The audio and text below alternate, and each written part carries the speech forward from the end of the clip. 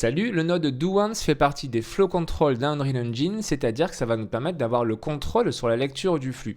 Plus précisément, comme son nom l'indique, quand notre script, quand la lecture va arriver dans ce pin d'exécution, ça va exécuter qu'une seule fois tout ce qui va se trouver après le pin completed.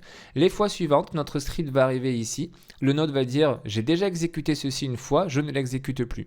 Concrètement, qu'est-ce que ça donne en jeu? On peut très bien l'utiliser comme je l'ai fait ici, j'ai posé un trigger volume sur mon niveau et je vais vouloir, moi, quand mon personnage va arriver ici pour la première fois, exécuter par exemple, lire plutôt un son précis, exécuter l'ouverture d'une porte ou faire quelque chose donc de précis mais qu'une seule fois. Je ne veux pas qu'à chaque fois que mon personnage rentre dans un niveau, on ait à nouveau le speech de présentation du niveau qui s'exécute. C'est un exemple parmi tant d'autres.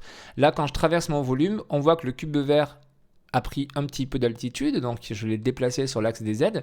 Si je sors et que je rentre dedans, on voit qu'il ne se réélève pas à niveau. Je vous remontre l'exemple. Regardez bien le cube vert. Quand je rentre dans ma zone, il est monté de 50 cm. Si je sors et que je rentre dedans, il ne monte plus.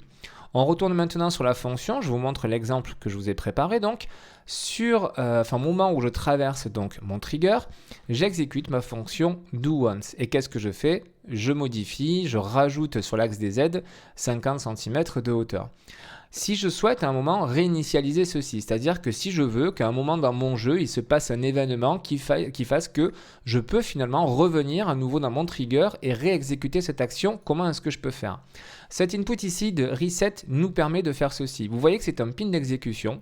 On va tout simplement venir placer ici un custom event ou une fonction qui va venir se relier à ce node reset. Je vous montre tout de suite. On va créer un custom event. Donc je fais un clic droit, je tape custom event, on l'appelle comme on le souhaite. Moi, je vais mettre tout simplement reset.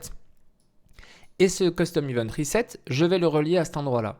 Ce qui va me permettre, à tout moment, quand je vais vouloir justement réinitialiser ce doOnce parce que je souhaite à nouveau exécuter ce qu'il y a derrière, il va falloir tout simplement que j'exécute ce node custom event. Qu'est-ce qui va se passer quand on va exécuter ce custom event? Eh bien, notre lecture, elle va se faire comme ceci. On va partir du pin d'exécution et ici, on va exécuter le reset qui automatiquement remet ceci à 0. Alors, pour l'exécuter, ce que je vais faire, c'est que je vais le positionner sur la touche R, par exemple, de mon clavier. Je tape R keyboard pour filtrer. J'ai ma touche R qui apparaît ici. Je vais pouvoir donc utiliser ceci. Vous pouvez, bien entendu, mettre cette fonction de reset sur un événement en jeu, sur n'importe quoi. Dans le cadre de mon tuto, je le mets directement sur ma touche R. Et donc, quand je vais appuyer sur ma touche R, qu'est-ce que je vais faire? Je vais appeler mon custom event reset qui va me permettre de pouvoir justement réinitialiser ceci et qui se trouve à cet endroit-là. Donc maintenant, quand je vais appuyer sur ma touche reset, on va bien avoir le reset qui va être exécuté. Donc ceci, pouf, ça va venir dans le pin d'exécution reset et ça va réinitialiser cette valeur. Juste pour afficher à l'écran comme quoi j'ai bien appuyé sur ma touche reset, j'appelle ma petite fonction custom pour alimenter mon interface utilisateur et je coche mon petit booléen pour faire disparaître le message au bout de 2 secondes. Comme ça, on va voir qu'on va pouvoir à plusieurs reprises faire autant de resets que l'on souhaite de notre fonction. C'est parti, on retourne en jeu, je passe en plein écran, je rentre dans ma trigger, on voit que le cube est monté. Si je sors, que je rentre, ça fait rien.